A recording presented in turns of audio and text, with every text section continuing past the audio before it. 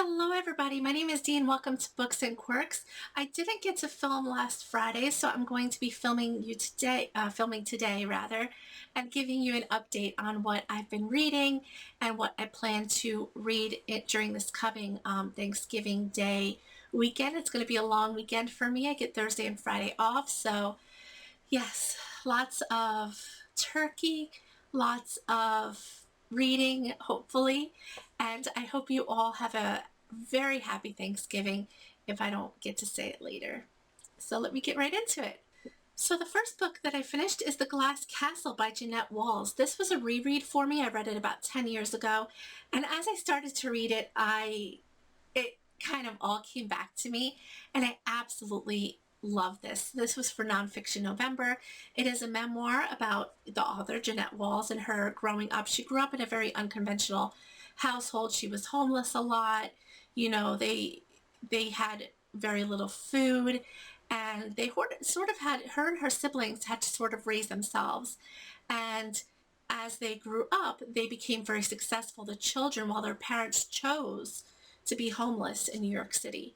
So it's a very interesting novel, very page-turning. It doesn't read like a nonfiction at all. I absolutely loved this as much as I did the first time, and I gave it 5 stars. And yes, excellent, excellent book if you're looking for, a memoir that's kind of moving, shocking and moving at the same time.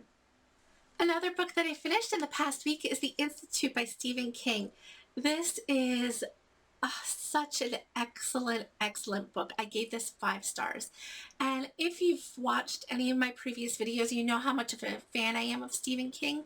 But this one I think is my favorite one in a while. Usually I give his books like 4 stars, but this one got 5. So this follows an institution. That was my cat sneezing. This follows an institution located in Maine. It's a very secret, government facility.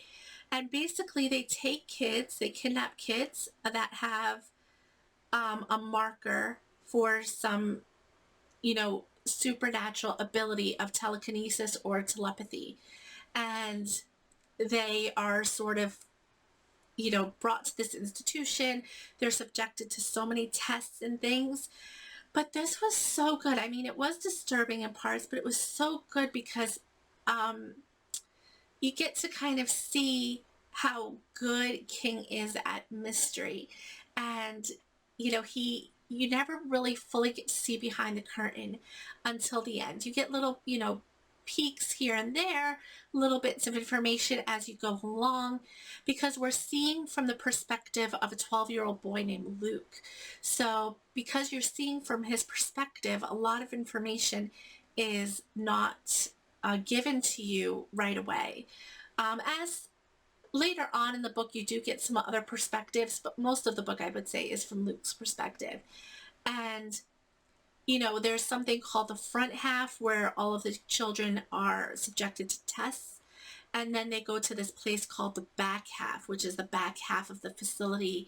There's other building in the back and nobody knows what happens there. So all they know is you go in and you never come out again. So it's definitely a page turner, and, it's just excellent, excellent book, The Institute. And I read it with Amber of Amber Eats Books, and it was just so, so good. And I just love reading with Amber when it comes to King or any other book, really. So yes, The Institute by Stephen King. If you are a King fan or a thriller fan or a mystery fan, definitely give this one a go. Another book I recently finished was Christmas at Eden Manor by Noelle Williams. This was just a short Christmas kind of novella. Noelle Adams, sorry, not Williams. Oh my gosh, Noelle Adams. I've read quite a few books by Noelle Adams, and I really enjoy her books. Her books are generally on the shorter side, I would say, and they are very steamy. It's a steamy romance.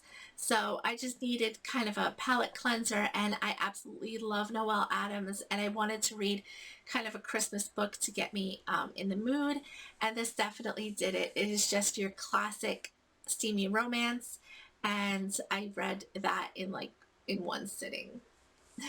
So what I'm reading right now is I am still listening to The Good Neighbor by Maxwell King. This is the story of Mr. Rogers, Fred Rogers, Mr. Rogers' neighborhood, of Mr. Rogers' neighborhood. I'm really enjoying this book. I don't think I'm going to get to finish it by the end of November. I was hoping to count this towards nonfiction November. This is my 5th nonfiction this month. But I don't know. It's a very long audiobook, and I'm only listening to it a little bit each day, so I don't know if I'll get to finish it by the end of November, but I'm still really enjoying it. I'm glad I gave it a go, and I'm just going to continue on, even if it takes me into December. So on Sunday, I started another book, and this is another buddy read, and I'm reading with Cheryl of Sierra Flames Fan, and that is Age of Myth by Michael J. Sullivan. This is a fantasy novel, and we're reading about 50 pages a day, so it's going to take us about a week to finish.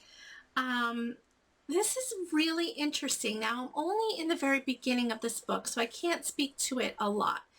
But this says, since the time immemorial, humans have worshipped the gods they call Frey, truly a race apart, invincible in battle, masters of magic, and seemingly immortal. But when a god falls to a human blade, the balance of power between humans and those they thought were gods change forever. So this follows two main characters as far as I could tell. It follows Wraith, who at the very beginning of the book, in the first few pages, encounters a god. Him and his father have encroached upon the land that is like forbidden to them. And as a punishment, the god confronts them, kills his father, and Wraith manages to kill the god. And these gods are thought to be, invincible and immortal, and you're not able to kill them supposedly. So he kind of proves that wrong, and he's now known as the God Killer. We also follow Persephone. Persephone is in this village, kind of this town, and she was the wife of the chieftain, who at the very beginning of the book dies while he's out on a hunt or something like that. I don't know much about Persephone's role yet in the book, but I think they're going to come together, her and Wraith, and I think there's going to be sort of a war or a battle between the gods and the humans. At least that's what I'm thinking is going to happen. This book is a page turner. It's really easy to read. 50 pages flies by in no time at all. I'm hoping that, so far I'm really loving the book. We're 2 days in. I'm really loving the book, and I hope to continue to love it as we go on, but I'll let you know next week what I thought of it. So yes, Age of Myth by Michael J. Sullivan, and this is the first book in a 6-book series, I think.